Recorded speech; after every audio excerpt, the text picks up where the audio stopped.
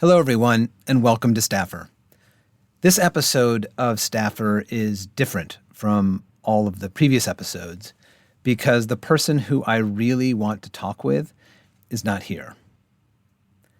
Dan Turton passed away on Tuesday, January 9th. He was 56. This show is about people who work in government or politics, and Dan was the ultimate staffer, a Hall of Famer, best of the best, beloved by everyone who got to know him, serve with him, or rely on him.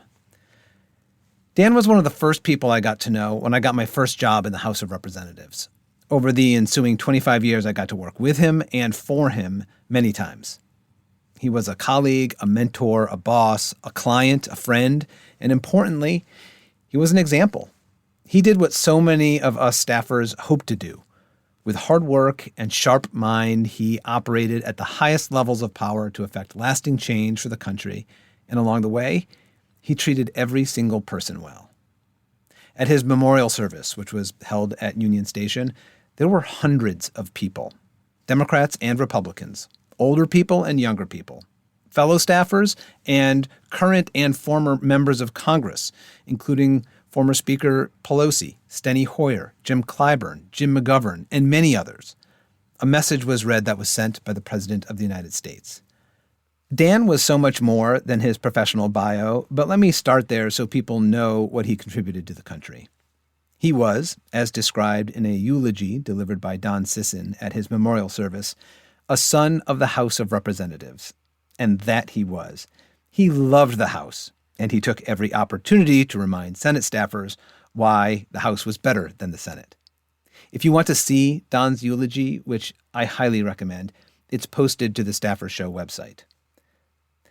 Dan worked for then-Minority Leader Dick Gephardt for many years, eventually rising to floor director. And after a brief stint in the private sector at the lobbying firm Timmons & Company, Dan returned to be the majority staff director of the House Rules Committee. The Rules Committee was a home for Dan. He returned years later when they asked him to serve as a senior advisor to the new ranking member. When President Obama won in 2008, he asked Dan to run the House team in the Office of Legislative Affairs. It was during that first term that I got to report to Dan as my boss, a personal and professional gift that I cherished then and I cherish now. I am not exaggerating when I say that Dan Turton was an integral part of President Obama's legislative accomplishments during his first 2 years. One of them, the Affordable Care Act, had so many twists and turns where Dan was the man in the moment, listening to members, responding effectively, contributing to smart strategy back at the White House, bringing the right person to the conversation at the right time, and sometimes not responding when others wanted to charge in ham-fisted. He was such a capable and deft staffer, it's hard to put into words. One moment I remember was on the very day that the House passed the Senate-passed version of the bill, which was in March 2010. We still didn't have the votes all locked up yet. One of the blocks of votes that needed to be won over were pro-life Democrats who were unhappy with the language in the Senate bill. In a small room in the Capitol at the 11th hour and with everything hanging in the balance, Dan helped negotiate an executive order that satisfied their concerns without tipping the balance to a point that would have lost other votes from pro-choice Democrats. It was high stakes and demanded the utmost in delicacy and diplomacy. It also demanded a great deal of trust, and the members with whom Dan was negotiating knew Dan and trusted him. And it was just one time in his career where he was what we needed. There were other moments like that. Many of the people you will hear from today were people who knew Dan from his White House days. For me, he was such a great boss. He taught me so much about the House, an institution that I thought I knew. He made me better in every way, as a listener, as a thinker, as a doer. He made everyone around him better. One of the things I remember about him was how he always made time for anyone and everyone. After the White House, Dan had a very successful career in the private sector. He was asked to run the Washington offices of companies like Entergy, General Motors, and most recently, Tyson Foods. Anyone who was lucky enough to cross paths with Dan during his career can tell you that he was unique.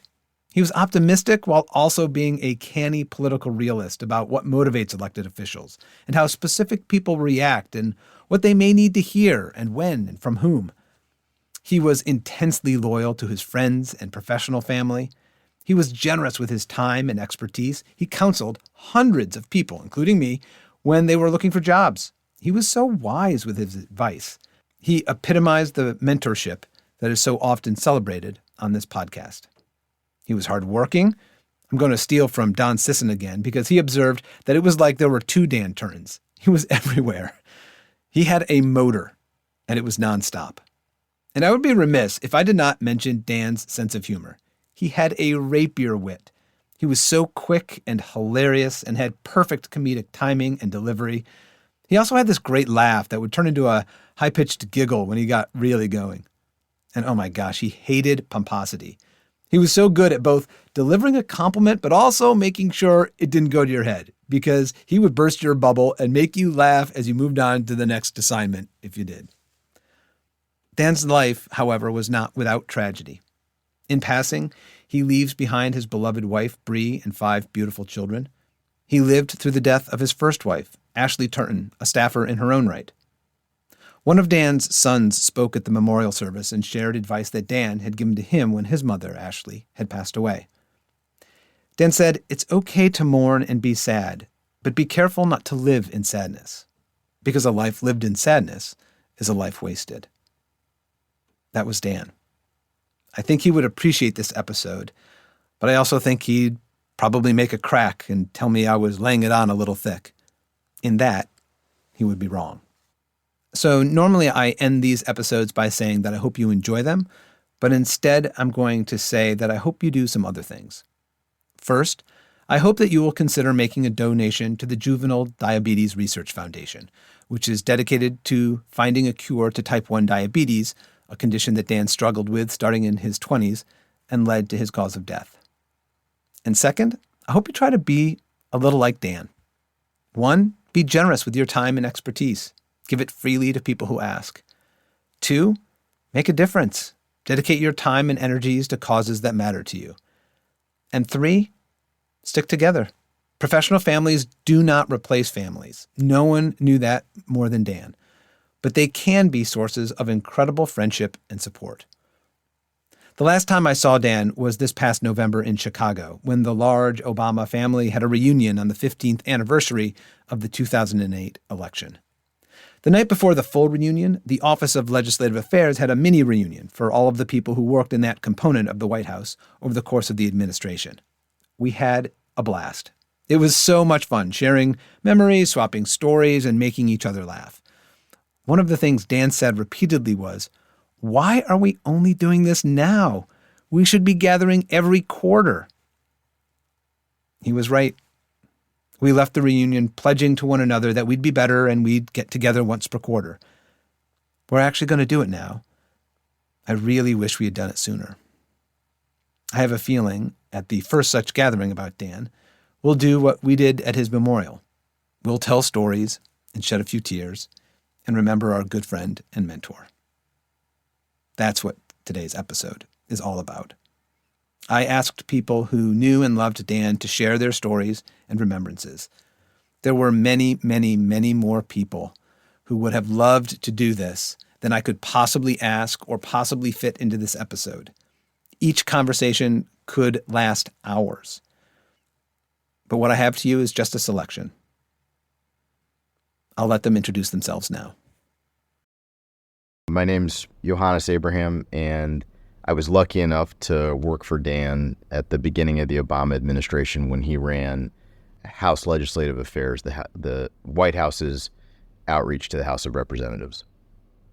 My name is Lauren Beliv, and I work in Washington, D.C., and I met Dan. I was 25 years old. I think he was 40 at the time, which I'm 40 now, and so that's a big impression and impact on me, on the impacts that I can now be having on people's lives. But we met on the Obama-Biden transition team and then worked subsequently together in the White House. My name is Phil Shalero, and I worked with Dan in the House for many years, and then in the White House with President Obama. I'm John Samuels, a longtime friend and colleague of Dan Turton. We met as colleagues on Capitol Hill back in 1999 and worked together for several years on the Hill and in the Obama White House. I'm currently a partner with Vistria Group, which is a private investment firm in Chicago. My name is Michael Hacker. I've been in Washington since the spring of 1997. I met Dan Turton that spring. We're instant friends. Thanks for the opportunity to share some memories about our relationship professionally and personally. My name is Chantel Tolliver, and I was one of Dan's executive assistants at General Motors.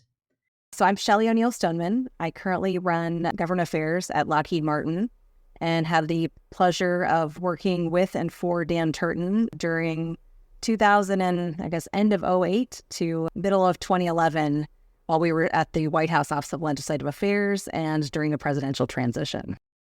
I'm Nancy Ann DeParle, and I worked in the White House on the Affordable Care Act alongside Dan and a lot of his colleagues on the Leg Affairs team. My name is Sean Sweeney, and I worked with Dan in the House of Representatives and in the White House. And prior to that, was a longtime admirer of his celebrity, and we remained friends after that. So my name's Jason Rosenstock. I'm a partner at a lobbying firm downtown called Thorn Run Partners. I used to work on the Hill as a staffer for a congressman named Tom Lantos, and I met Dan as a young staffer. My name is Andy York. I have spent the past couple of years as Vice President of Government Affairs at Tyson Foods. Dan was my boss, both at Tyson Foods, and previously he also hired me when I was a wee little lobbyist back in the day, getting my start in the private sector in 2015 at General Motors. So this is actually my second tour of duty, and it has been a highly entertaining ride from day one all the way until the very end. I am Nicole Isaac, and I got to know Dan during our time together working in the White House when he was in White House Leg Affairs, and I started in the Vice President's Leg Affairs team. I'm Jay Heimbach. I've been working in Washington for 30 years now, and I don't remember how I met Dan or where I met Dan, but I worked the closest with him during the first 2.5 years of the first Obama term when he was the House liaison and I worked on the Senate side, which he endlessly gave me a lot of shit for. But and then we've been friends before that. We're dear friends after that and worked together in some other capacities as well. Don Sisson. I worked for Dan. That's how I met him originally, was as an employee, but that quickly became lifelong friendship. So we worked together for a few years. We ended up being neighbors 1 block apart. And like I said, dear close friends. And especially in these last few years through COVID. And I just feel like I've grown even closer to him. As you listen to the stories that follow, know that we've divided this episode into thematic sections. The first section is about Dan as a person and the type of character he showed over the length of his long career. So I guess the thing I'd like to talk about today is the thing that woke me up in the middle of the night at 3 a.m. after I gave the speech. The thing that I wish I'd said, this service was at Union Station. It was a huge venue, and it was filled with Dan's friends and colleagues. It was standing room only, hundreds and hundreds of people. It was filled with dignitaries, too. I don't know if you saw the former Speaker of the House, Nancy Pelosi, was there, Representatives Steny Hoyer, Jim Clyburn, Jim McGovern, so many other members, past and present. Secretary of Veterans Affairs, Dennis McDonough, was there, Obama's last chief of staff. So this crowd, it was like a who's who in Washington. And yeah, the thing that really, again, it bothered me that I didn't say is I wish I would have looked at this big crowd and said, raise your hand if Dan ever helped you. If he ever helped you find a job, solve a problem, you're just gave you some advice that you couldn't have gotten anywhere else. As Jim, you and I both know that 90% plus of that crowd would have raised their hand. Yes, Yeah. Absolutely. And At least one hand, maybe two hands. And at least one. And in that moment, I could have said to Dan's family and his children in particular, look at this beautiful thing. That's what a life of service to your fellow man looks like. Whenever you hear the phrase, love your neighbor, think of this moment. Make no mistake, that man touched more lives than anyone I've ever known, and he did it quietly. I think basically everyone who knows Dan has some pretty incredible stories about him that run the gamut from inspiring to funny and everything in between.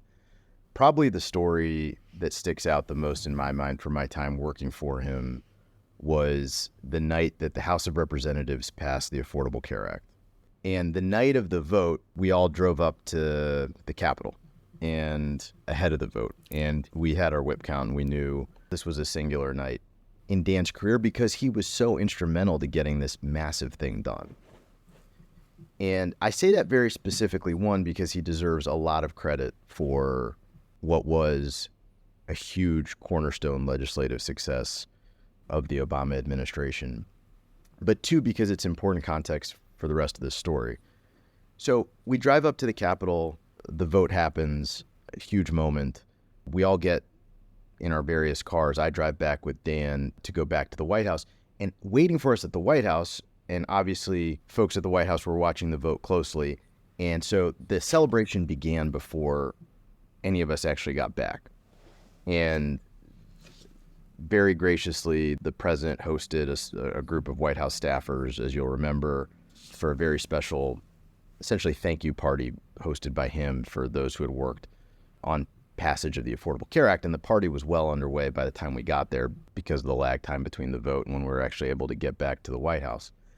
And I remember this so clearly. It's a fool's errand to rack and stack and rank who deserves credit for the passage of the Affordable Care Act. Any analysis of who does would have Dan really high on that list and would have me really low on the list. Suffice to say, extremely, no, this is not false modesty. Have me, I wouldn't even, we can agree that Dan is high on the list. But that is also relevant to this story because I remember he parks his car, he parks his car, and a bunch of the rest of us on the team parked right around the same time, and we start walking into the White House from the East Wing, and we start walking to where the gathering was, and we can hear people celebrating, and we all quicken our pace, as you do when you hear a party in the distance that you'd like to be a part of.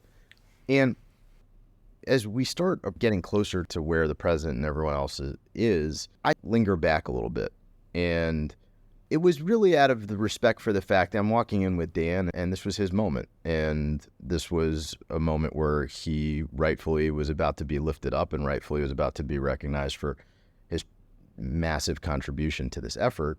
And I wanted to give him space.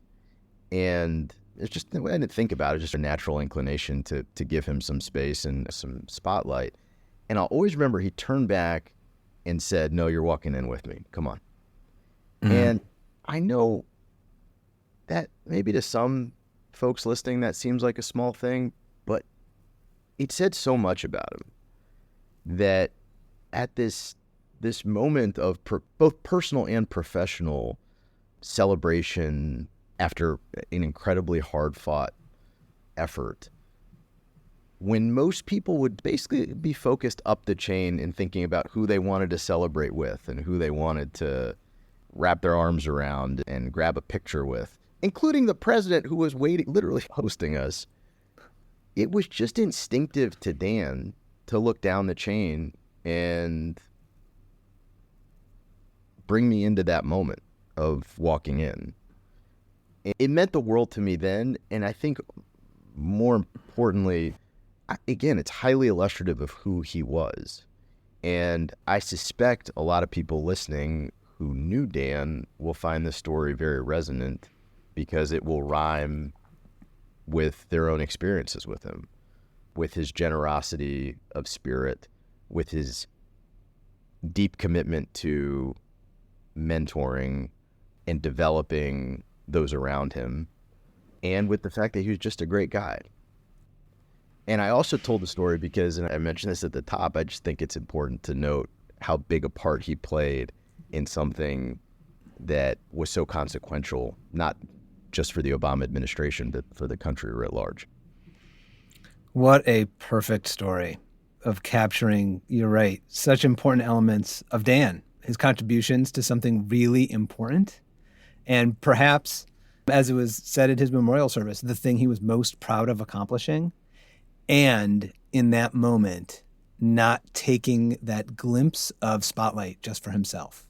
Yes. Right? When he walked through the threshold of that door, everyone was waiting to applaud the guy who was the president's representative to the House of Representatives for what the House just did. And his instinct was to look over his shoulder, grab you, and make sure you were walking in together. And it was such a joy to be a part of that team, and so much of that emanated from him. From the fact that we all were learning. Yes. And from the fact that when I reflect on Dan, I think one of the extraordinary things about him is that he had a lot of qualities that in and of themselves would be rare to find in people, but are extraordinarily rare to find existing in the same person. So you have someone who, unparalleled work ethic, just a motor that never stopped. At a moment in time and in a job where it required that, he had that one. Two, he had the respect of the entire team and really everybody who dealt with him. At the same time, he had this approachability and ability to make what was really serious, hard, difficult work over long hours feel light and fun, and have an organization that is, with good reason, hierarchical, feel very flat and familial. And this just tremendous both analytical capacity and also just gut instinct that all married up into being a joy to be around. You're so right. And that I think I really take to heart what you said about the joy that we all experienced during that time. That wasn't a given. Yes. Sure, it's heady to work in the White House and it was an important time, et cetera. It could have sucked. If we had a boss who yelled at us every day, there were plenty of pressures. We were all exhausted. He made it fun with his humor, with the way he treated us as humans and as peers, even though he was our boss, and the way he would, when things got really tough and sometimes you just don't know what to do, he was like the quarterback in the huddle who would just call the next play. And you're like, I got it. I got it. And that direction was just so damn helpful. Yes. So well said. And I'm gonna further, I might jump the shark with the analogy, but I love the quarterback description of him. And he had the Joe Montana, hey, is that John Candy ability to just lighten the mood before calling play. Yes, absolutely. I think he once left you a particular gift in your desk. So there's multiple ways to tell this story. I'm going to choose to tell it the very short way because I think it has just as much impact. Dan engaged in banter with the whole team.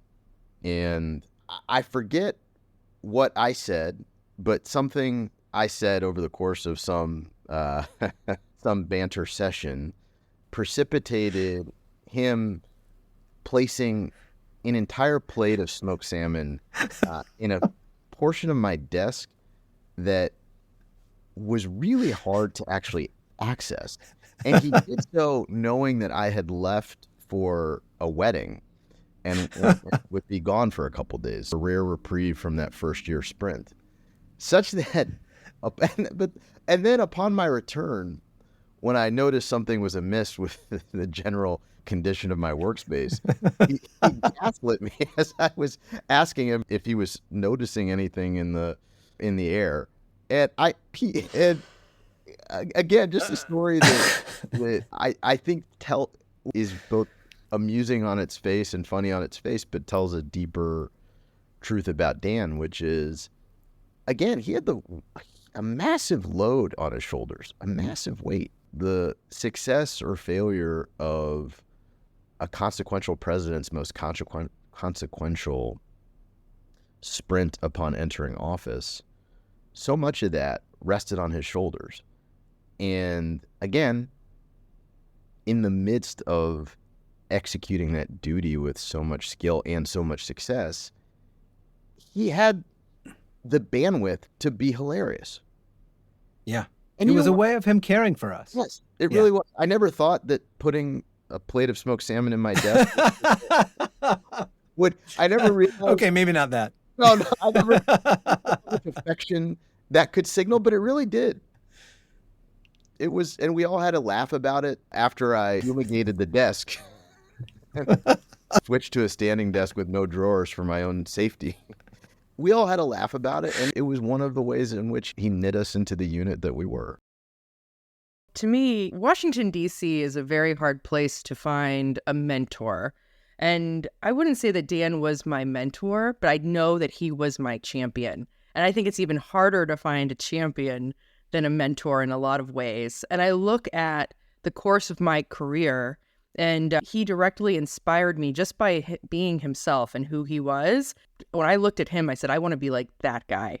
And then he actually was very much in the trenches with me along the whole way of my career. And Dan, just from when you think about him, you think of him as someone who is very earnest, someone who's very pragmatic, someone who is in the trenches with you. He's a player coach, very easy to talk to and very easy to become friends with.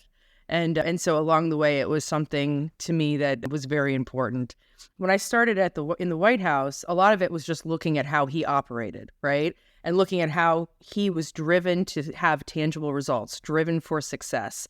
And I saw him in this government lens. And when I was getting ready to go on to the next thing, we started having conversations. And when it was with Dan, it wasn't just, oh, I'll help you, I'll send your resume here and I'll do this. It really was, okay, let's think about what does your future look like? And that's where the idea of the House Rules Committee came in.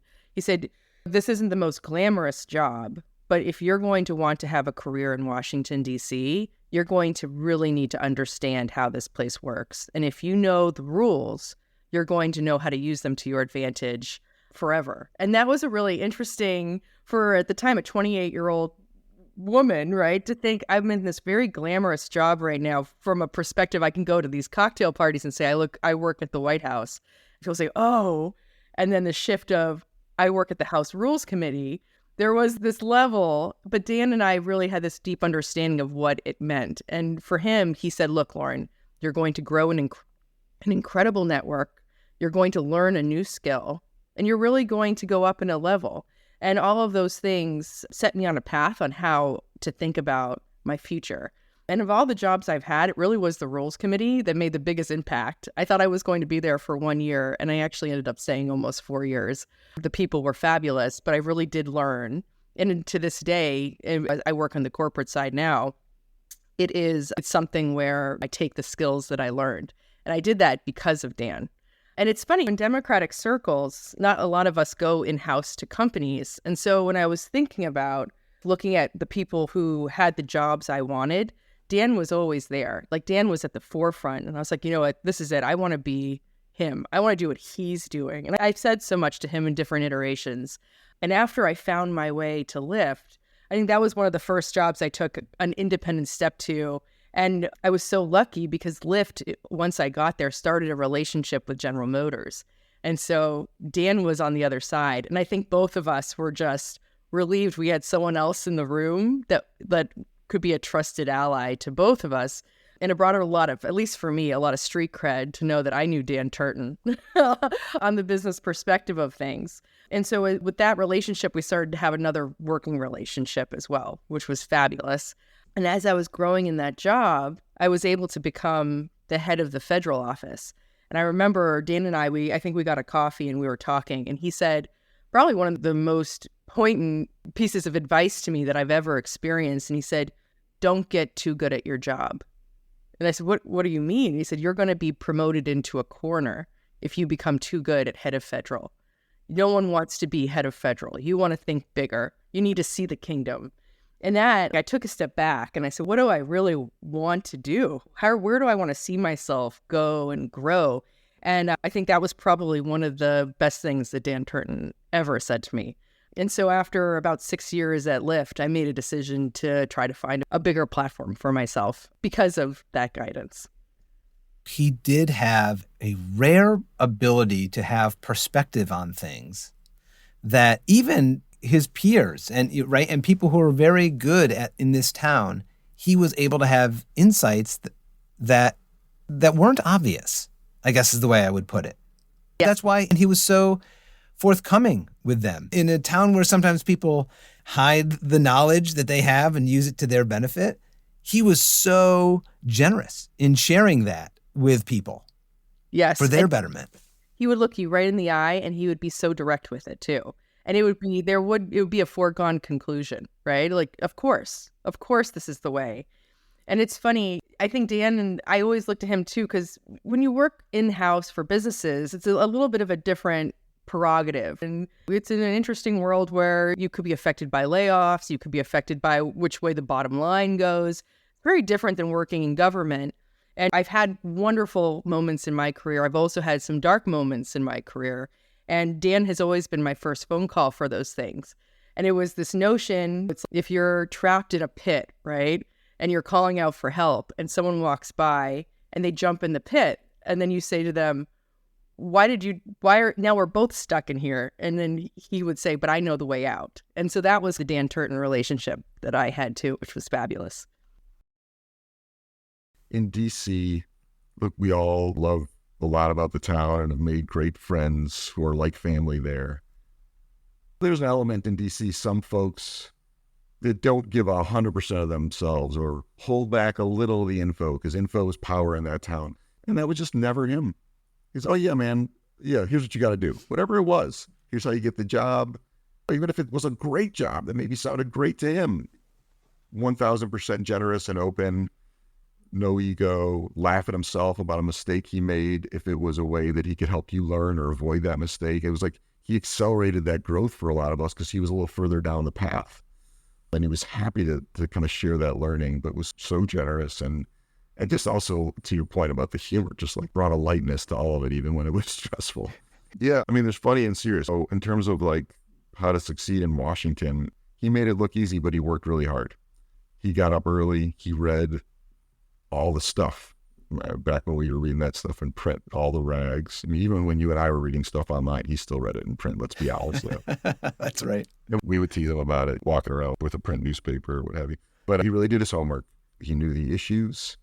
If he didn't have enough depth on an issue, he wasn't afraid to raise his hand and ask that question or seek out the person who did, and then to empower the person who did.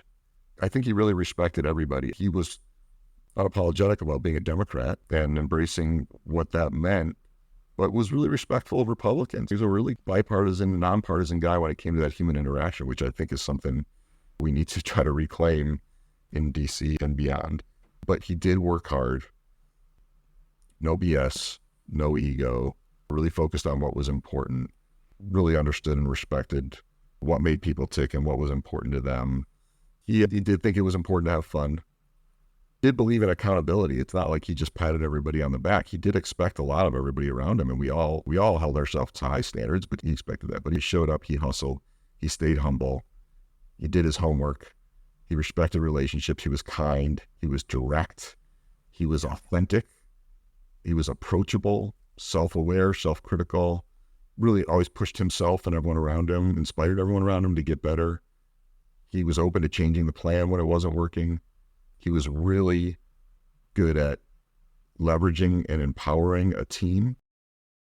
I think while anyone who knows Dan, and I do myself, have many lighthearted moments with him, the story and the memory I have that was most meaningful to me, really as a woman, as a then mother-to-be and a manager, happened during my job offer to join the Obama White House.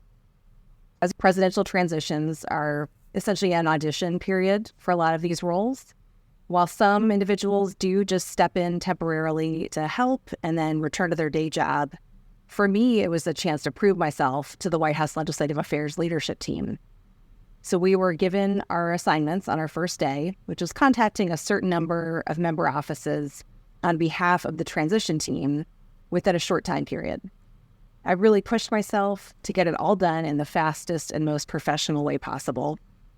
However, most of my colleagues at that time did not know of a deeply personal family development that had unexpectedly arisen. I found out that I was expecting our first child 4 days after I started on the transition team. I was at that time suffering very hard from morning sickness, or in my case, all day sickness, but I didn't want to miss the opportunity to compete for my dream job. I ended up delivering on all my commitments despite a lot of nausea and sickness, but I even helped some other colleagues deliver on theirs too. I was just very gung-ho about proving myself. And finally the day came. I was called in to learn if I would be asked to stay on with the administration. I sat down with Dan and another member of the leadership team, and they offered me a job. They offered me the job, and I joyously accepted. And then I decided that as a courtesy, I wanted to disclose my pregnancy status, even though it was still early days and we hadn't told our families yet. I was really nervous about doing so, but I didn't want to surprise anyone later on as my condition became evident. So I felt for me, it was the right thing to do. And as soon as I revealed the news, I got two responses that I will never forget. The other attendee paused and said, "Are you sure you've really thought this through?" But Dan immediately smiled, looked me straight in the eye, and said, "Congratulations, you will be amazing." No second guessing, just utterly confident in my ability to do that. And this is because his wife, who was also a hard-charging lobbyist, was expecting as well, and he knew that pregnancy wasn't a disability and wouldn't slow down a determined team member who was prepared to deliver on those commitments. In that moment, I will never forget how supported and seen I felt. I remember thinking how grateful I was to get to work with someone like that, and how I need to always remember and to be sure and pass on that kind of leadership for people that I would get to work with in the future. And that moment has really stuck with me. I can remember exactly where I was sitting and how I felt when he said that. So that was probably my most memorable moment with Dan Turton. I think he was probably the most down-to-earth, like legendary staffer that you ever met. He knew everyone all too well. He knew everyone in the House, members, staff, lobbyists. He contributed to changing history and improving lives of Americans time and time again. And yet he always made you feel like connecting with you was the most important thing on his mind. He was such a terrific boss, mentor, not just to me and you, thousands, I think, and friend. And during that entire time that we worked together, he was just a boss and an ally and a sounding board. But then, of course, for all of us, I think after we left, he remained such an important part of our lives. Always happy to meet, loved giving career advice to anyone and everyone, and talking about our kids. And the fact that we had one of his 5 children and my eldest were basically the same age and in the same grade at school. And so even just being able to see him through the parent lens at school events and, back to school night with teachers and everything, he was just such a good human on all levels. But people who walk by him every day on the street have no idea what that man did in his professional career that contributed to changing their lives. One thing I thought that was always unique about Dan was like, you could be in the middle of having a great time and he'd stop, he'd look at his watch and say, "Yeah, I got to get home to my kids." And there's so many folks around town that they wouldn't just stop everything and put their family first. And he wasn't only like that with his kids, though. He was like that with his friends. I remember like when I came out of the White House and went into lobbying and political consulting, Dan called and was like, "Look, I want to give you your first contract." And he walked me through how to do it and taught me everything I needed to know, and then made space for me at a table that he was setting. And he was just this guy that he always had kind of other people in mind. And he was probably, for someone who works in a business or worked in a business that's filled with transactions, he was probably like the least transactional person that I've known. Yeah, you're right. He was always mindful of what other people were going through. One of the skills that I really learned from him was listening. He could really just listen and not either encourage or discourage what you were saying. He'd let you speak the whole thing. And then he would engage and give you like his candid feedback. And it made him really good at seeing and understanding what other people were experiencing, both in politics and outside of politics, as you just described. Yeah, and the fact that he could do that with this just great, unbelievable sense of humor and wit. I honestly can't remember a time that I didn't leave laughing, and usually at a joke made at my expense, and inevitably, deservedly, at just this kind of quick wit withering thing where you're like, "Wow, that was well played, Mr. Turton." Well You played. are so right. You are so right. How many, like, of all the conversations and engagements that we've had, like, undoubtedly, the vast majority of them, we were laughing. when we said goodbye. You and I both got to see Dan a few months ago when the broader Obama family had a 15-year reunion celebrating President Obama's 2008 election. And we had lunch one day. Can you talk to us about that experience? I can, because I was a hard no on the whole thing. I kept saying no, and Sean Sweeney finally said, we're going to have this lunch. And Lauren's going to be there, Jim Papa's going to be there, Nick's going to be there, Nick Pappas. And I started the crack open, okay, maybe I'll come. And I'm so glad I did. And I told Phil Shalero later, who unfortunately had to miss it, there were several thousand people at the entire event. And I saw a lot of people. I loved seeing them. But the highlight of the whole thing for me was seeing Dan. And the reason was because he seemed so happy. And I had last seen him a number of years before. And of course, remember in the winter of 2010 when his first wife passed away, and then seeing him in the hallways. And he was really under a lot of stress, and you could tell it in his eyes. He didn't have the light in his eyes. And when I saw him in October, he had that again. And as we were leaving, I gave him a hug and I said, I love you. And later I felt embarrassed about that. I told Lauren, I can't believe I said that. That's a weird thing to say to someone when you haven't seen them in a long time, but it just felt like it's how I felt. I loved him. I loved Dan, just for someone who was so warm, so funny, so smart, never cynical, despite his many years of advocacy on Capitol Hill. I loved him.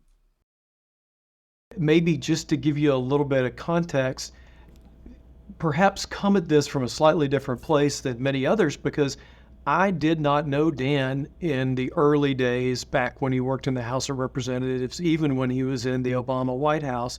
I didn't know him. I was a Senate guy. And so there just wasn't a lot of interaction between where I was in the Senate, between Dan and the positions he held in the House and in the White House.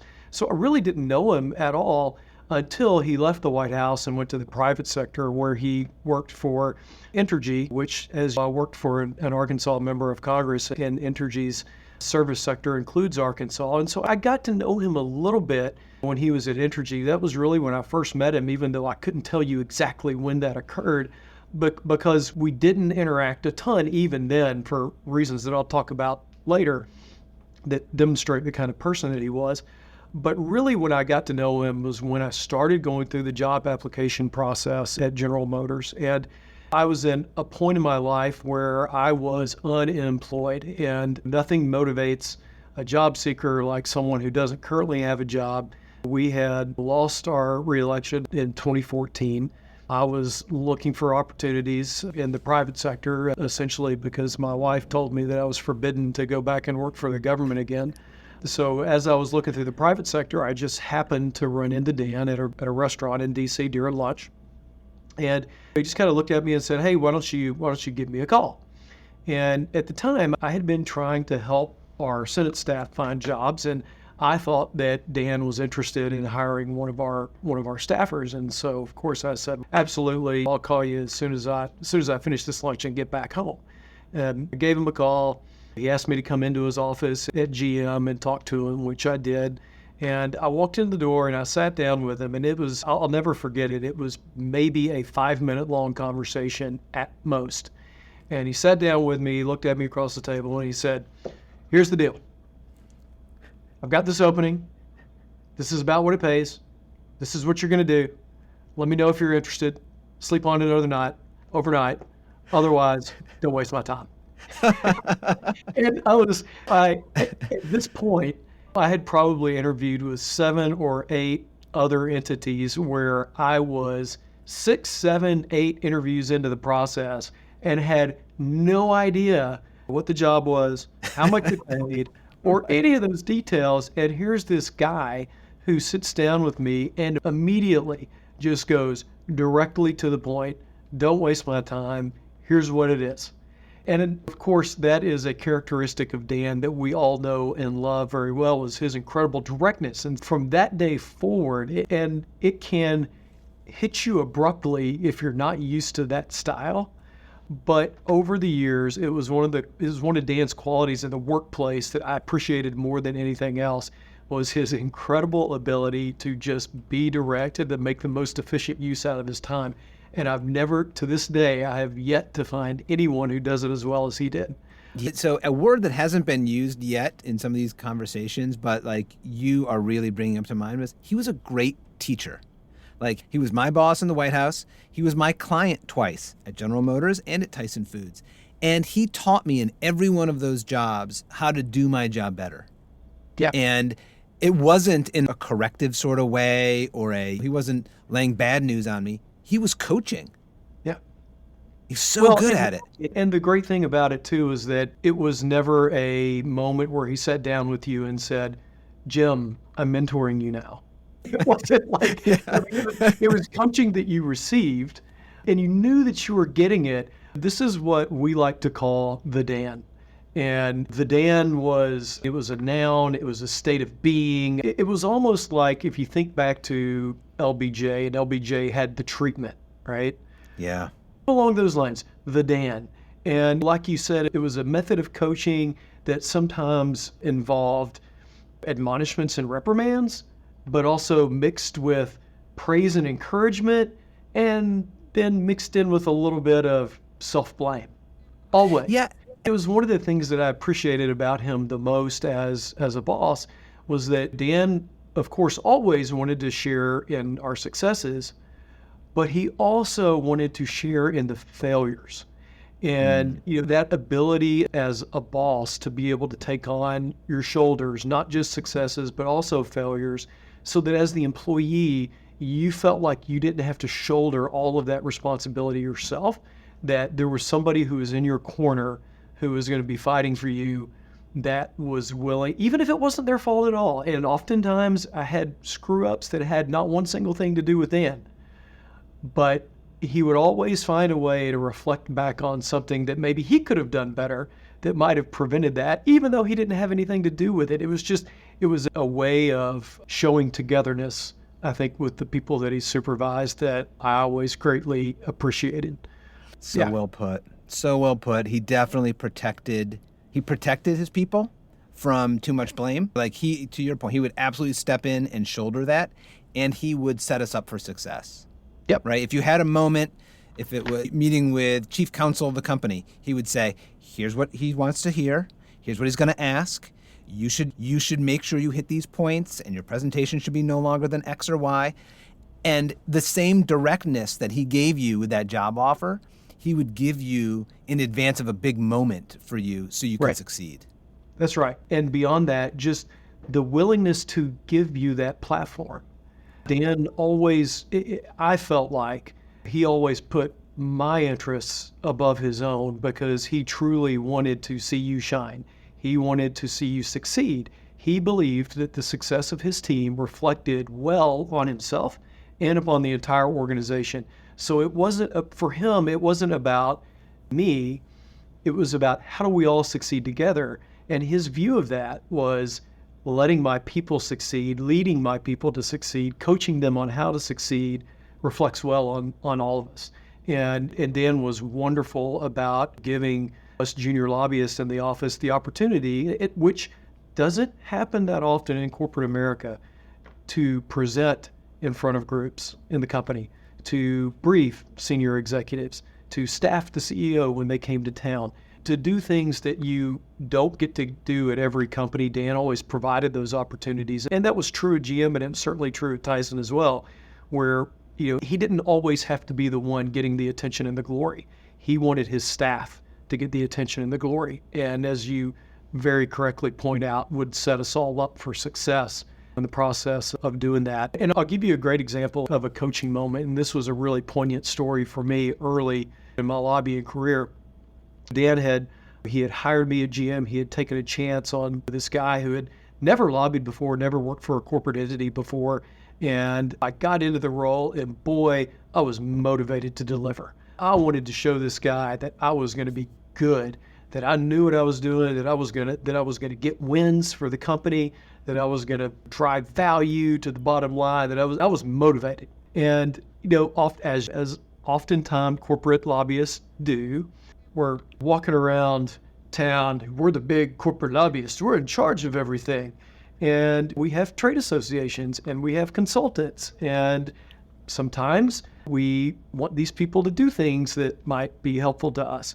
Sometimes others have different opinions and there are slight disagreements, and perhaps a trade isn't doing exactly what you want them to do. So in my case, I've removed all the names for confidentiality purposes, but we'll just say that there was a trade association that wasn't exactly doing what I wanted them to do.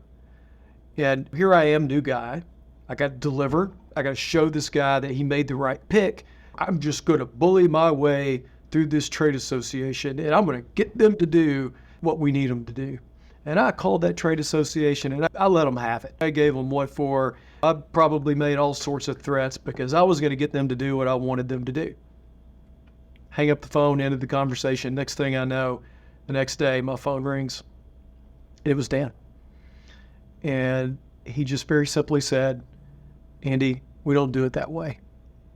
And it was an incredible teaching moment for me because that's not normally my personality anyway, but I was so focused on delivering that you could see where, if gone unchecked, that could have led to very bad things down the road, where I developed into this highly obnoxious person that no one wanted to be around.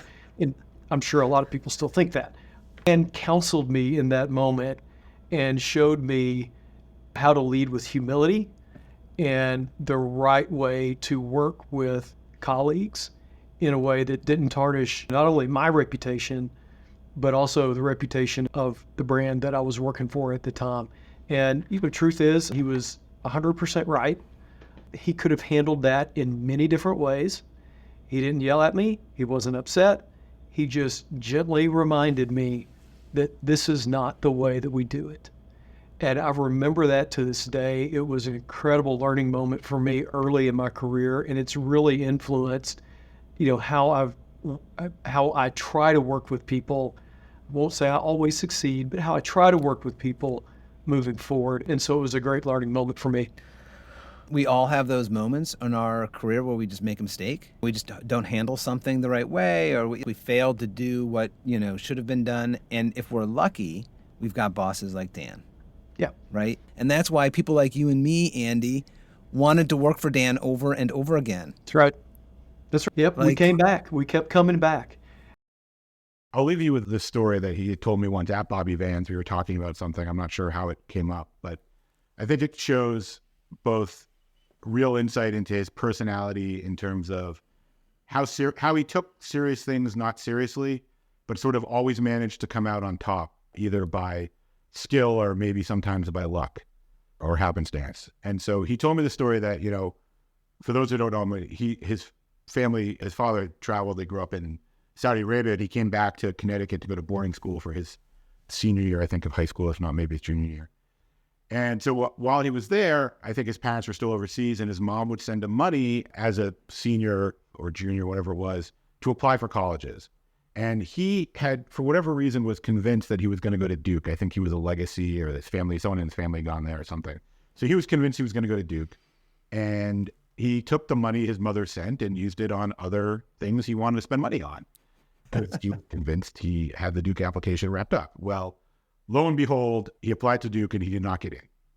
And so all of a sudden he had to scramble, and he talked to the guidance counselor, and the guidance counselor, as Dan, this again was charming and just a great person to talk to, had probably, I'm sure, charmed the guidance counselor. Told him the story. The guidance counselor said, hold on, I think I have a buddy who is in admissions at Franklin and Marshall. He called the friend and basically got in on the Spirit, which is where he met Matt Gelman, who eventually brought him to Washington and brought him to all of our lives. And I think of that story both as just classic Dan, like trying to see around the corner, playing fast and loose with the situation, but at the end of the day, having enough wherewithal to pull it back together and, deliver a result that worked for him and obviously worked for all of us. And I thought during the memorial service, I thought of this story because it's obviously total sliding doors fate, whatever you want to call it, that it was F&M where he met this guy, Matt, who then ended up coming to Washington and getting Dan the job and allowing him to rise up the ladders of power. And I think to myself, if he'd gone to Duke, he'd probably be some salesman somewhere and we never would have known him, but he would have been equally successful. Oh, you're so right. We won that lottery. When that coin flipped and it led to the sliding door subway coming our direction, we got so lucky. Exactly. I think the really beautiful thing about our business of government and politics is that it's such an intense experience. It's intense and active and consequential.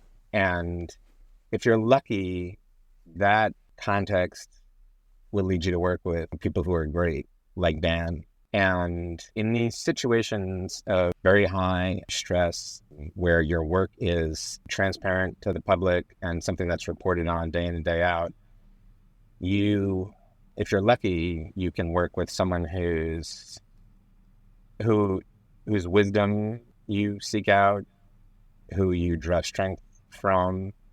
And that was Dan. So really, anyone who's in our business knows you're lucky enough to work with certain people who make really difficult and intense experiences better just by being around them. And the business kind of filters out shrinking violets. None of us are like sheep, like lost in a field. Like everyone like brings their own thing, and it's filled mostly with strong, gutsy people.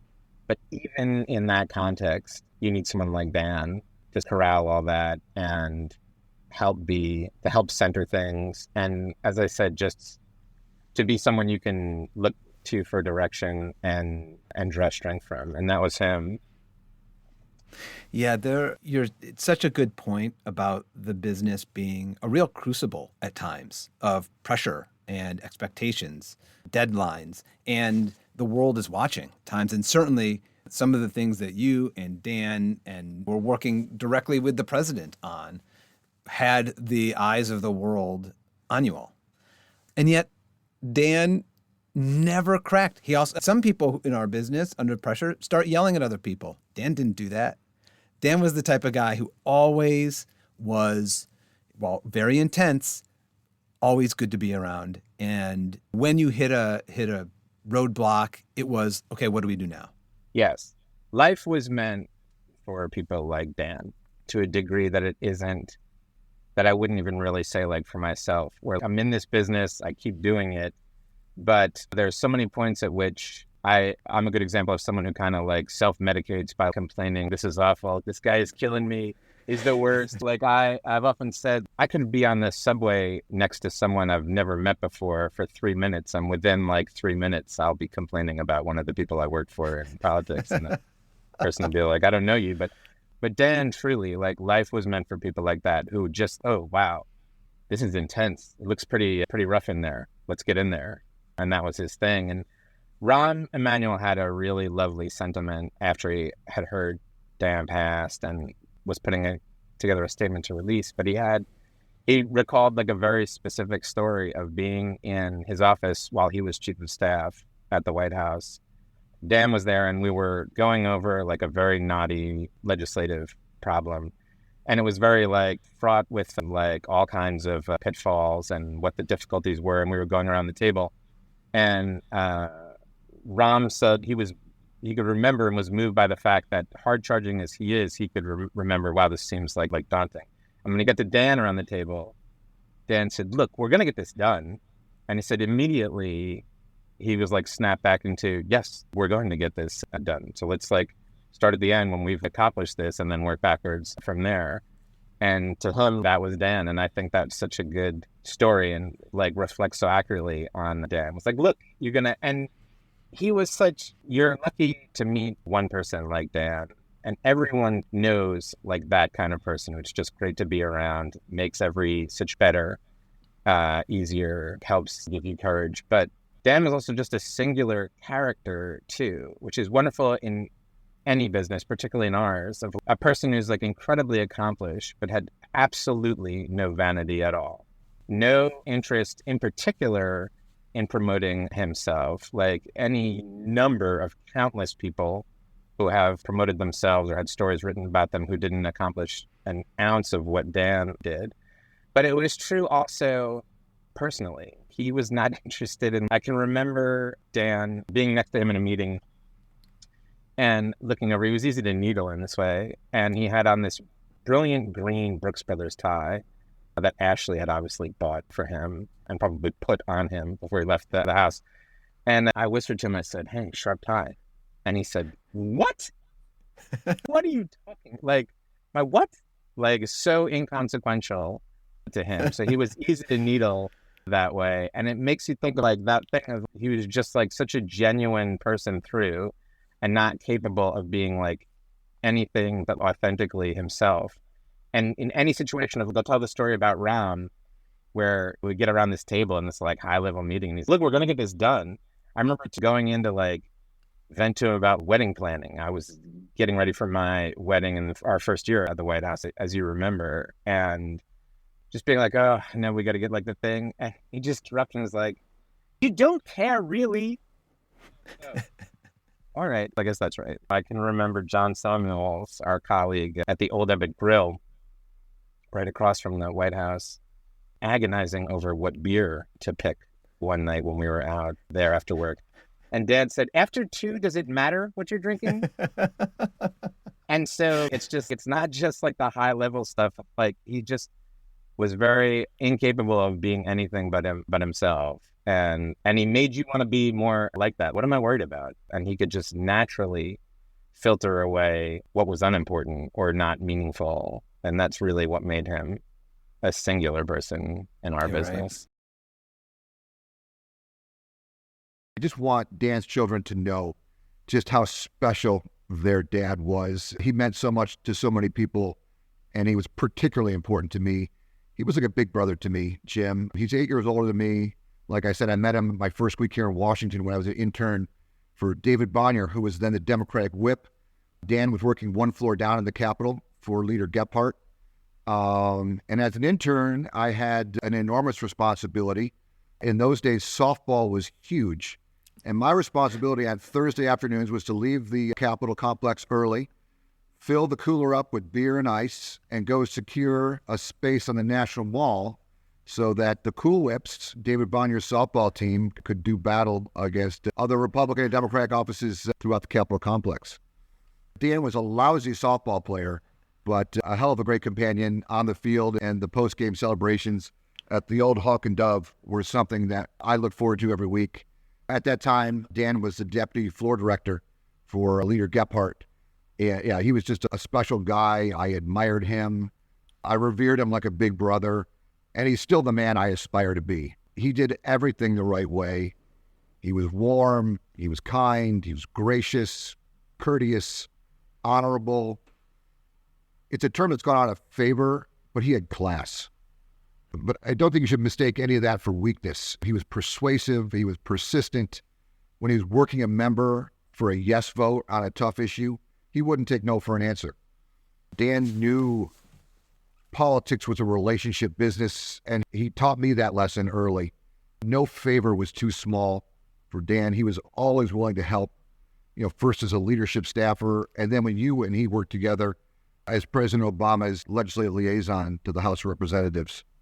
And I was insanely jealous that you and John Samuels and others got to work so closely with Dan. We worked together when he was running the Rules Committee. When I came back to work for Mr. Clyburn, when Democrats finally got the House back in the 2006 elections, Mr. Clyburn asked me to come back and help set up his whip operation. Dan came back to run the Rules Committee. And for 2 years under then President Bush, we worked with then Speaker Pelosi on managing that new Democratic Congress. And then when you and he made this transition over to the White House, we worked very closely together for 2 years to pass an incredibly ambitious legislative agenda through the House of Representatives. He knew members, right? Being on the floor of the House, you get to see these members up close and personal, right? You get to see what makes them tick. But Dan put in the work, right? He knew the members, he knew their districts, he knew their spouse's name, their children's name. He was not just a relationship guy, right? He knew substance and in particular process. And that's what made, Dan a particularly effective staffer in the House. He's a man of the House, a House guy through and through. My friend and mentor, the late, great John D. Dingell, had a lot of great sayings. But the Dingellism that makes it into political science textbooks is his adage, if I let you write substance and you let me write process, I'll screw you every time. And Dan knew that. He understood. He took that lesson to heart. He understood the House is an archaic institution with a particular set of rules and procedures spelled out in Jefferson's manual. And Dan became a master of legislative process, first as a leadership staffer and then the de facto parliamentarian for the Democratic caucus.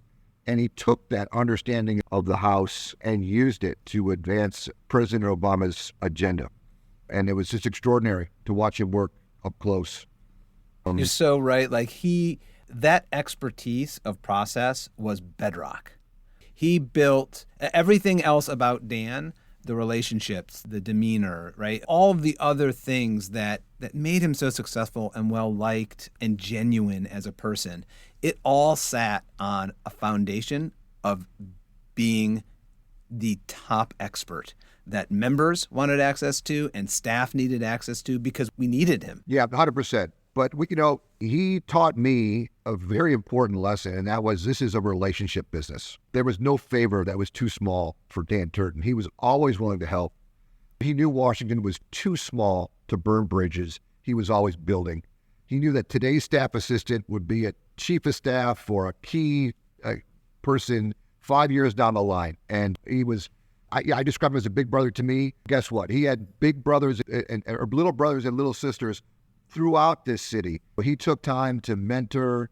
There wasn't a big life decision or a big issue that I would make unless I got Dan's counsel first. I wanted to find out what he thought. And so many others had that type of relationship with Dan. He was always giving.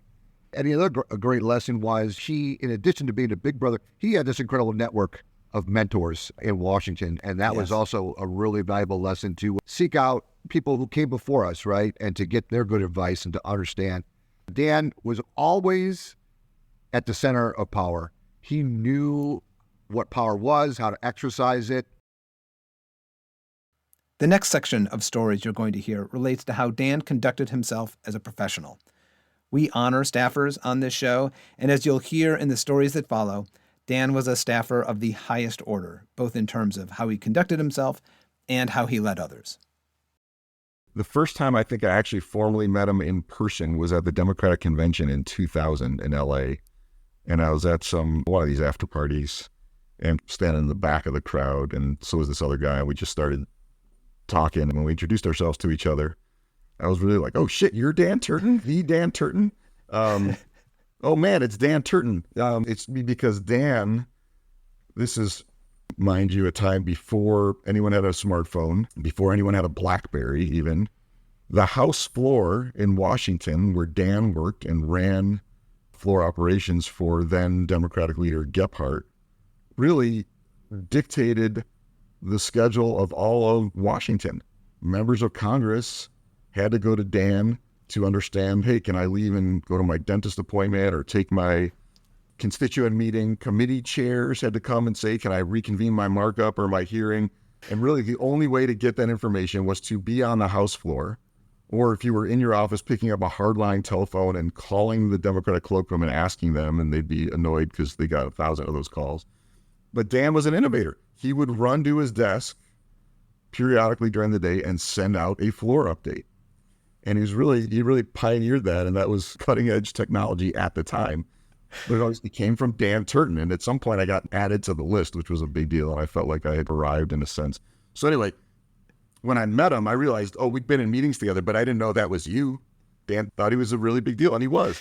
So anyway, that was the first meeting, but it just struck me how kind he was and humble at that moment. I expected this guy with his big name, so well known to everyone in town, would have a little bit more of an ego, and there was none.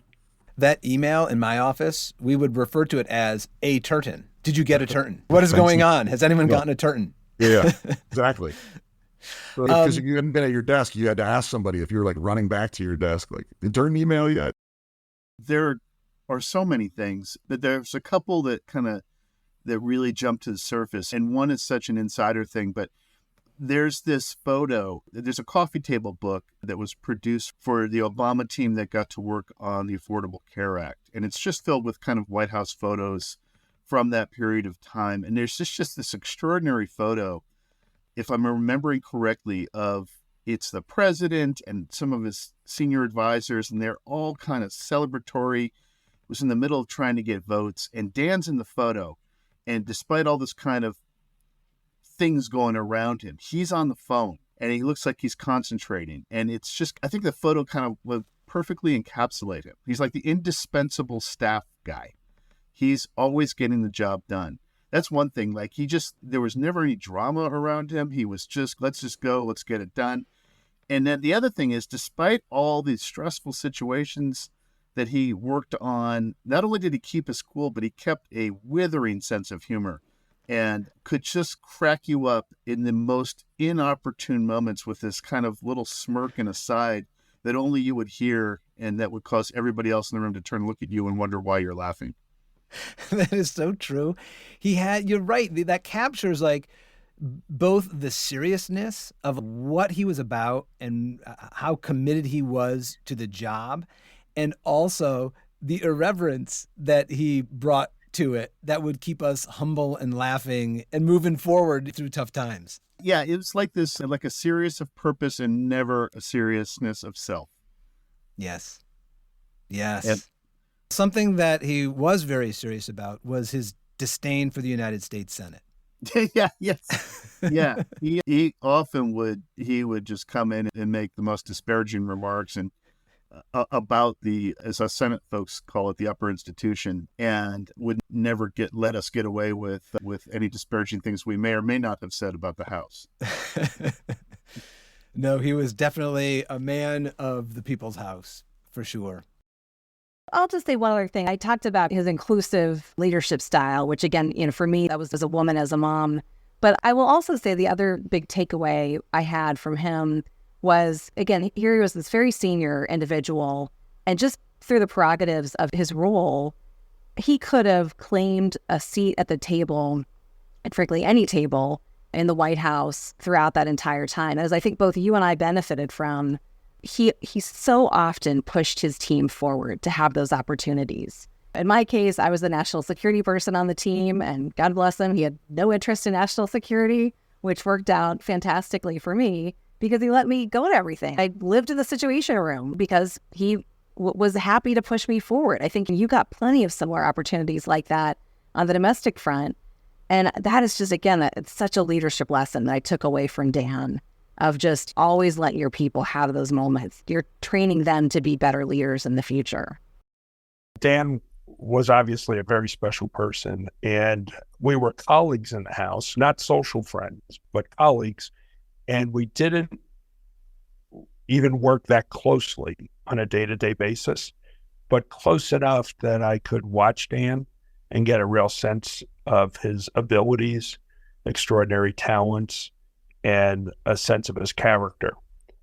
And that always impressed me. He always seemed like someone others could rely on, and someone who always just kept us cool. So in 2008, when President Obama got elected, I was tasked with putting together a team at the White House for legislative affairs.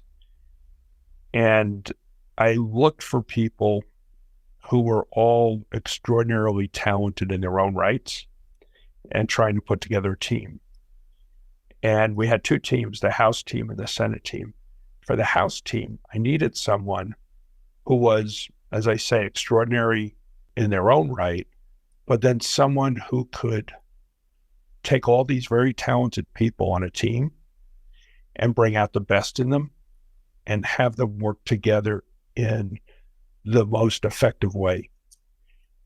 And I really gravitated to Dan because, one, I knew how talented he was, but second, I had really gotten a sense of what a decent person he was, and how going into the White House, what we needed was people we could count on. When the chips were down, you knew the person was going to be there. And Dan, I had no question in my mind about Dan in that regard, that when the chips were down, when the pressure was on, when the president needed something, that Dan would come through and he wouldn't blink.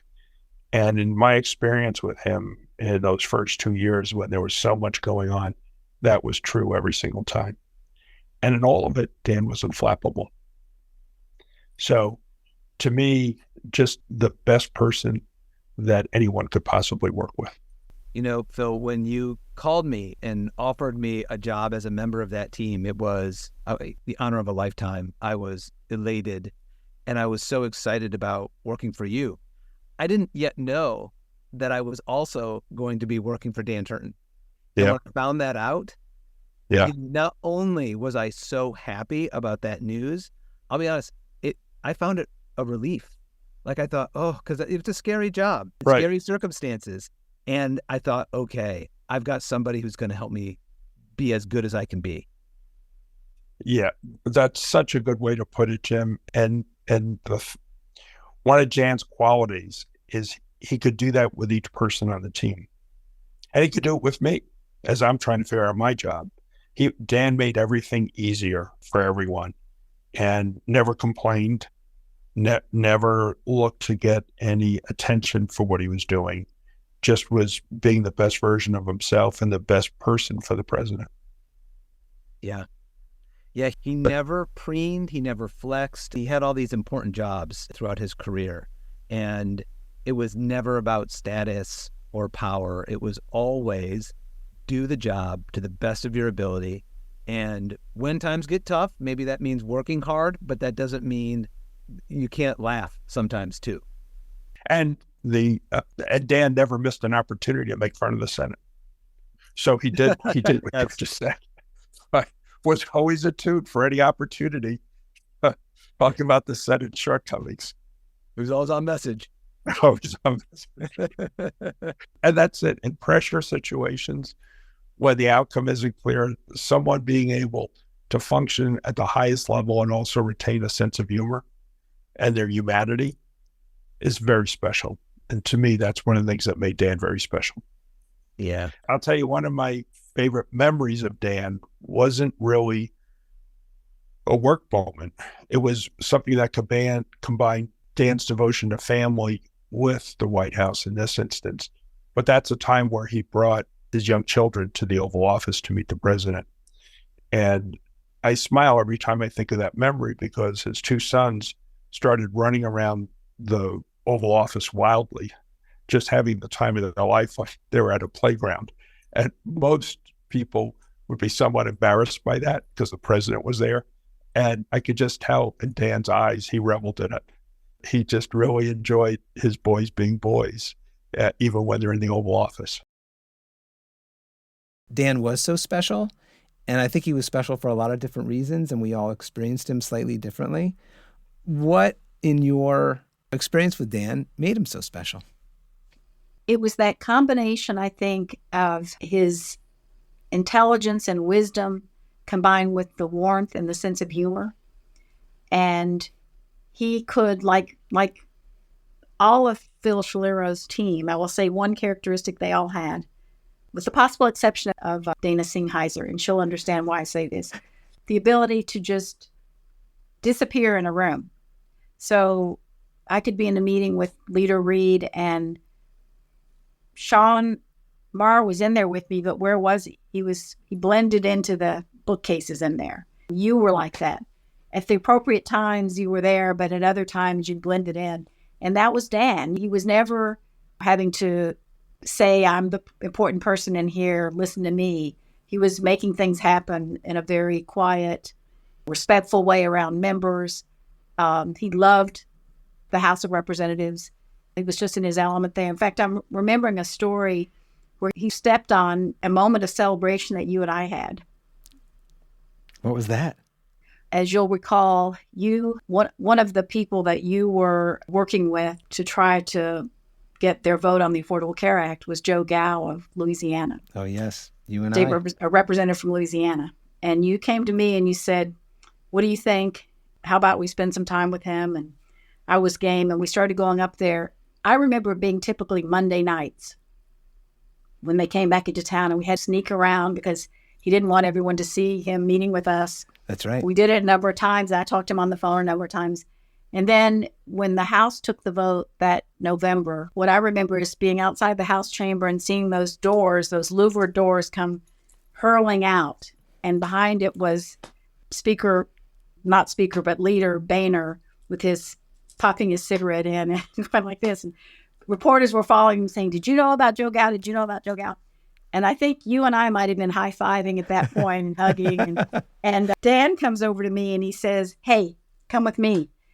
And so I thought, oh, he's taking me to see the speaker or something important to get like attaboy, attagirl kind of thing. So I'm following him down and fixing my hair and everything. And he goes over to between the House and Senate to the rotunda there. And he goes, that way, go to the Senate. He points me to the Senate because don't waste time high five. And now you got to get it done over there.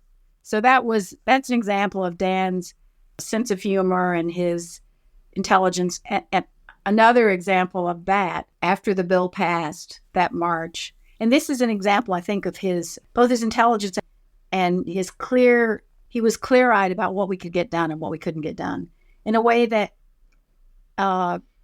made a big impression on me, because at the time I was really, I suppose, in denial and hoping he was wrong. But after the bill passed, we started these meetings in the White House twice a week of all the departments involved in implementation of the Affordable Care Act, writing the regulations and all that.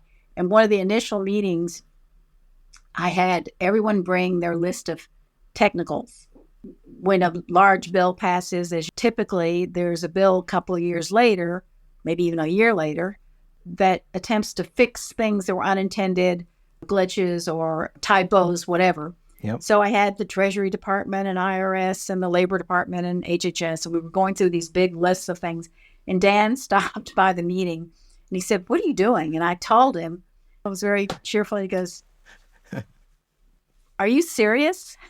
And he took me outside the room. He said, look, fine, you lead your meeting, but just so you understand, they're never going to do this. They're never going to talk to us. This isn't going to happen. Yeah. Great that you're doing it, but just so you understand. Yeah. I always loved his candor. You know, yes. He was always very direct. And the other thing that you said that I just want to dwell on for a moment is he's operating in a world in which, within the White House environment anyway, there are lots of people who know Congress, right? Probably more than half the building worked in Congress. Don't fail to mention our chief of staff at the time. That's right. Our chief of staff had served in Congress, just worked there, as had the president and vice president. Right. And Dan is in an operation, the legislative affairs function, where that's our jobs. That's what our job is, to be expert in. And even among that crowd, he was elite. His understanding of members on an individual basis, on what motivates them, on what they need to hear, as well as like the ebbs and flows of the institution, he knew so well that it was almost instinctual for him. And things that like would stymie us and we'd be like, he would just see clearly. No, he didn't understand it. I remember, so Rahm Emanuel would have these meetings in the chief of staff's office after I've forgotten the time frame, but let's say it was an 8 a.m. meeting where he'd go around the room. Then he'd have an 8:30 meeting in his office just on the ACA, and it was featuring Dan and Sean Marr and Phil, typically, and maybe you would come from time to time. And the only time Rahm ever was silent was when Dan was speaking. He wasn't interrupting. He was listening to him, which I just think you have to say is very unusual. And remember that Rahm had been up there probably at 6 a.m. that morning, because he went up there every morning, famously worked out at the gym and talked to whoever, Murphy from Pennsylvania, Republican, that he thought could be there. And he was giving me instructions to go meet with him. So he knew everything and everyone. And he was silent when Dan was speaking. Yes. And that is probably a legacy of Rahm's time as a member in the House. We've talked a lot about Dan's time in the White House. His time as a staffer on the Hill in the leader's office, as the floor director, he was a staffer who on the floor would be invited into the member conversations. They would be seeking him out for advice and guidance. And lots of members would only listen when Dan was talking. It's exceedingly rare, but he had that stature and reputation before he came to the White House. It's really unusual to find in one person that level of like uncanny amount of knowledge and yet filled with humor and vibrancy and candor, and a terrific colleague. And a lack of cynicism. Yes. Again, I never heard him. He always believed we could get it done. He believed members could be there. He was very respectful to them and of their constraints and of their constituencies. You know, one thing, Jim, I thought about is we obviously spent a lot of time traipsing back and forth in the Capitol together. And he told me, and you would know whether this is right or not, there's a few people who have never been elected a member, but they're allowed to go up in the rotunda. And he had that, whatever that status was. Yes. And he used to tell me that he would take me up there someday. We never had time when we were up there together. And I reminded him of that when I saw him in October. He said, the offer's still there. So if I ever do get to go up there, you know who I'm going to be thinking about. I'm so glad you mentioned that. I think the technical term is he was made an officer of the House. At the end of each Congress, there's a piece of legislation that is passed or a House resolution that is passed that can name certain people officers of the House. And what they will do is sometimes put staffers who have just been par excellence on that list. And when they are made officers of the House, they get lifetime floor privileges and privileges as a member of Congress would, like access to the rotunda. He could park his car in the member lot right next to the Capitol. He's actually the only person I know in Washington who has them. There are others, but he's the only person I personally know. But someone as young as he was? Yes. Though? Yes. Someone that as really young as he. me. And he never bragged about it. No. You know what I'm saying? Never flaunted because it only came out because I was talking about, I'd really love to see that someday. How do I ever do that? And he said, and then he told me, but he didn't give me all that background. Right. If they passed a resolution, you said, I could do that sometime.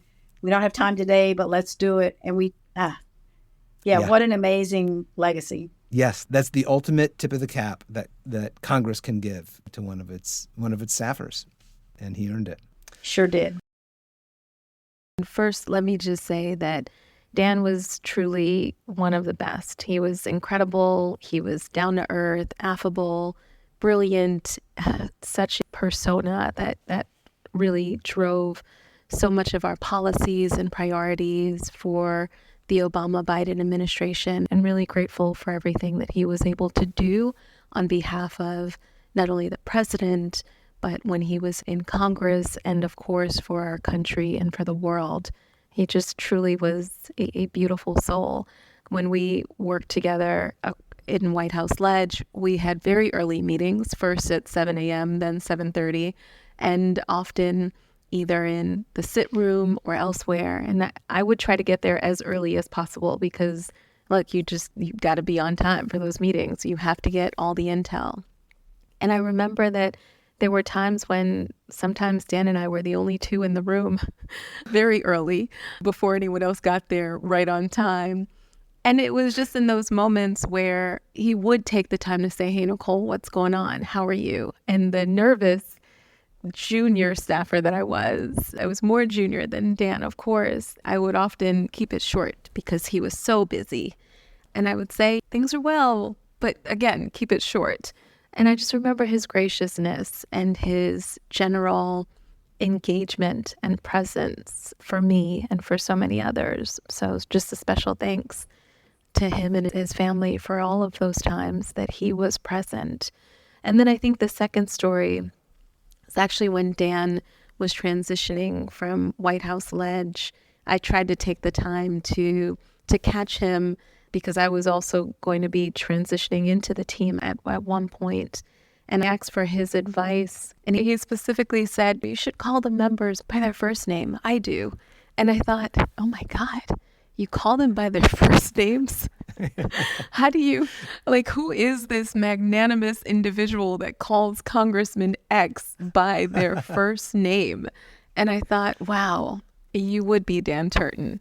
Just, again, one of the best among us. He led by example and truly was able to show up in places that many of us dare to go. He showed up and almost owned it. And so just a special thanks. Dan was, to many of us of a certain age, the voice of God, if you will, in email form, coming in the emails from Gephardt's office telling us the floor schedule and how our life would be run.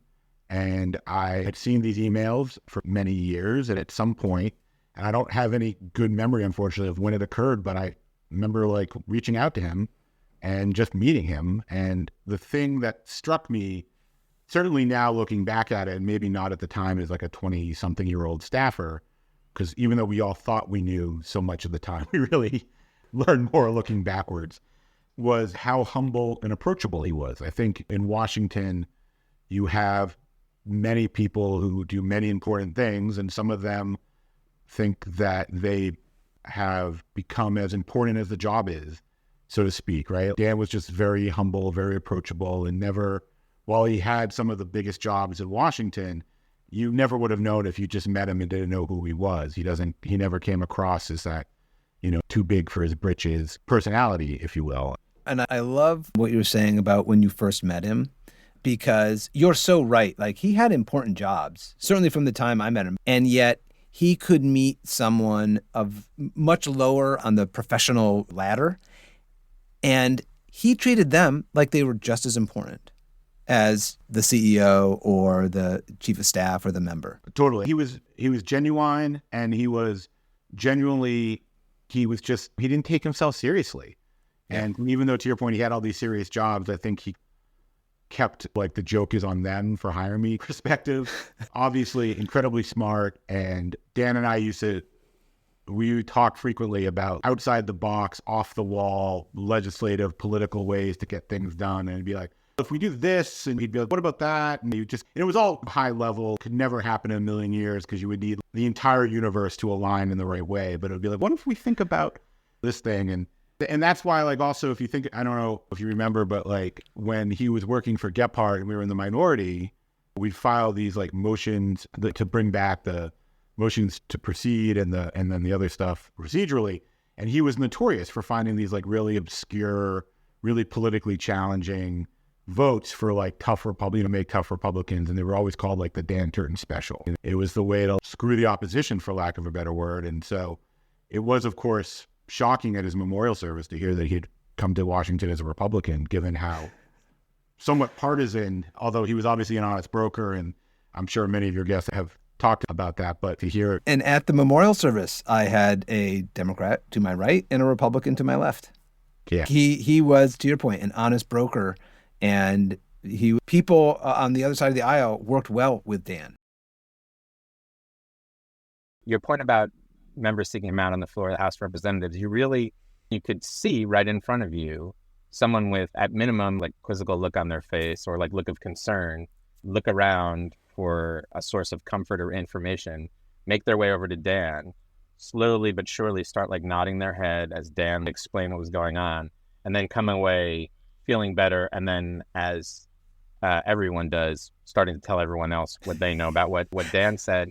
Your point about the president is so interesting, just because of like the vagaries of the business. It's a little less precise than probably, but the biggest thing for all of us was passing healthcare. And that last weekend when the vote was going to be on Sunday, as the vote isn't an arbitrary thing, you set it as you think you have the votes to do it, if you're doing it the right way.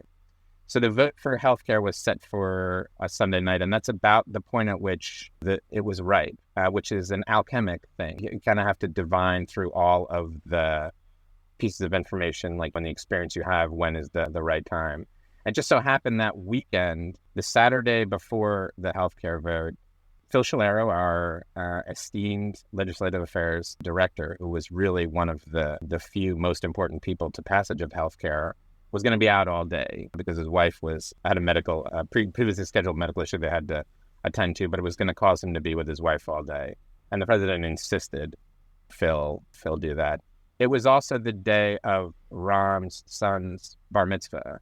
And then there were a couple of other sort of like key staffers where it was the same sort of thing, but once in a lifetime kind of things that kept them away. And just through those random circumstances, Dan and I were like home alone with the president. We got called down to the Oval the Friday night before by Phil. And that's the point at which we learned Phil wasn't going to be around on Saturday. We knew Ram was going to be really off the field for the day. And Dan was just ready to roll. And we explained to the president what needed to happen like the next day. Phil said, here's what they're going to do, and look to them for information throughout the day. And we were leaving and the president said, all right, let's get it done, guys. And Dan turned around and said, we will, sir, with the biggest smile on his face. And I just thought, thank God I'm here with him. And I didn't want to think of what it would be like to be not there with him. So the Saturday came around, day before the vote, and one of the pieces of business that needed to be taken care of was up on the Hill, and Dan went up to do that. So he was up in the Capitol. The president came down. I went in to give him the lay of the land for the day again and tell him where Dan was and what he was doing, and that was the sort of the first hurdle we needed to get over of the things we needed to accomplish before we got to the vote the next day. I went back to my desk. Dan phoned in not much long after that and reported in that he had been completely successful in doing everything we needed to do. So I went down to report that to the president, and he took the information in and nodded and smiled and looked at me, and he was so happy he's happy to hear the news, but he was the kind of leader who was happy for his team too. And he was so happy for Dan. And I said, yeah, Dan really is the greatest. And he said, we're so lucky to have him, aren't we? And we were saying, I said, this is a great reflection on your administration, because it's not always the case, not even often the case anywhere, but in politics and government, that the right person will land in the right job. And it was such a beautiful reflection. You and I talked about this, Jim, of seeing the people we knew who were great in the business, really greatest in the business, and they all landed in the right spot in Obama world. And I thought, how amazing, I get to sit here and talk to the president about how great Dan is. That's what's happening in the president's world right now. And the president had this thing, you might remember, pump two fists. Yeah, it's like a sports thing, maybe. And he pumped both fists and he said, Dan, like that. And he was happy that we were doing what we needed to do to get towards healthcare, which he has said is the thing he's proudest of. But unquestionably at that point, he was just basking in how great Dan Turton was. And that is so amazing to me. And it's so fitting. It's not surprising that he would, but it's such a lovely reflection of Dan and of that White House. It was just a beautiful moment. I'm so grateful I was there for. I was lucky enough to have a front row seat to Dan's professional life for a few years, and I learned a tremendous amount by simply observing the way he operated. He was always laser focused on what mattered most, which made him incredibly effective at work. He taught us to listen carefully for what others valued so that we could be successful while also helping others succeed simultaneously. He demonstrated the incredible power of relationships cultivated through honesty and treating people well. Dan also seemed to genuinely enjoy a good challenge, viewing even the most difficult circumstances as a puzzle to be solved. Where others might have seen difficulty and hardship, Dan saw opportunities to showcase his and others' talents. And while he took his work as a public servant seriously, he always saw the humor in a situation and brought much needed levity to our office.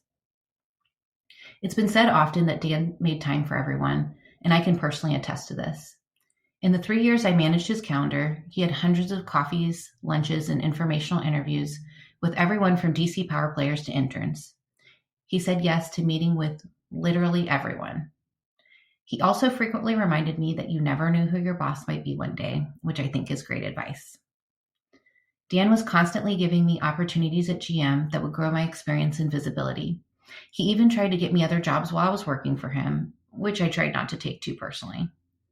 As I was determined to grow professionally, Dan was equally determined to support me along the way, even when it might inconvenience him. This support lasted long after our time together at GM, and I know he did the same for so many others. Dan had really high standards, but he was always fair. When he gave us feedback, he did it in such a way where you left feeling motivated to perform better and rise to those standards. He also showed a tremendous amount of grace when mistakes inevitably happen. I once made a huge mistake at work that had both real consequences for our team and personally inconvenienced him a great deal. He would have been right to respond with frustration, but instead showed extraordinary patience and empathy to me that day, encouraging me to stay focused on finding a solution. I watched him handle so many challenging situations at work the same way, and it speaks volumes to his incredible character. Dan's memorial service was such a moving experience, in part because the network of relationships I watched him build and maintain was all in one room together, probably for the first time. The visual of just how many people he's made an impact on was amazing. I feel so grateful to have known and learned from Dan, and now to be connected to this wider network of the lives he's touched. I remember I was a young staffer. The 2000 convention was coming up in Los Angeles, and I didn't have two nickels to rub together. But Dan said, just find a way to get out to LA and I'll take care of the rest. And so he ended up working at the Democratic cloakroom inside the convention center, like a nerve center. And he was also, working with the DNC. The people behind the DNC were in the big room with all the credentials. And I remember thinking, I don't know what the heck I'm going to do out here in Los Angeles. And then there was a knock at the door, and it was Dan Turton with a fistful of credentials for every night and the tickets to the hottest parties. And I was just one stop on his route to make sure he took care of his people. This final section is about what Dan valued above all else, his family. He was a very committed family guy. You and I both knew and grew up with Ashley, but to whom he was married while we were in the White House, when we were on the Hill together. And she was wonderful, incredible human as well. And he loved her dearly. And it was very obvious that she was his top priority above anything else. And when they had kids, it was very obvious they were his top priority, and that he derived enormous joy from being a dad and a husband and a family guy. And he is interesting. At one point he said to me, like, basically, hey man, get your act together. What are you doing? How come you haven't gotten married yet? He knew I was in a serious relationship. And he's basically, don't miss this. And some people do miss it, and they get caught up in the DC life and other parts of DC life, and they miss it. And the way that he had the conversation with me at one point, it definitely was a meaningful moment in helping me kind of get my act together and not miss this wonderful part of life. But we all obviously went through the horrible, traumatic experience of Ashley's passing and watched Dan go through that and unimaginable pain. But obviously the way he went through that and prioritized his children and his incredible parents coming to be a part of that care infrastructure for the family. But if you fast forward, try to get these words out. I remember a conversation I had with him, and it was like he was talking about getting married to Bree and very excited about it, and was talking about how wonderful she is. And it just, I don't know if he knew how prescient he was, but he said, I want to have a family again for my kids, and I want my kids to have a mom. And that was very important to him. And, as important as all the work we did together during those times, like, it was those things that are the most important. That human level of Dan, what a just good person he was when he sat down with you to give you advice about life or work, whether it was solicited or him unsolicited jabbing you or teasing you, which he was great at, which was another way that he showed he cared about you.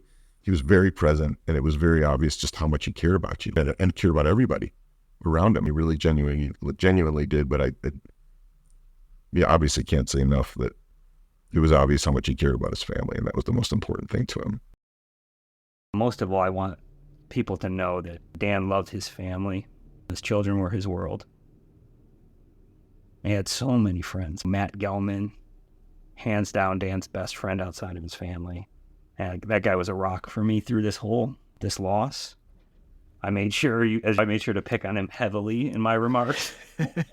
As Dan would have wanted.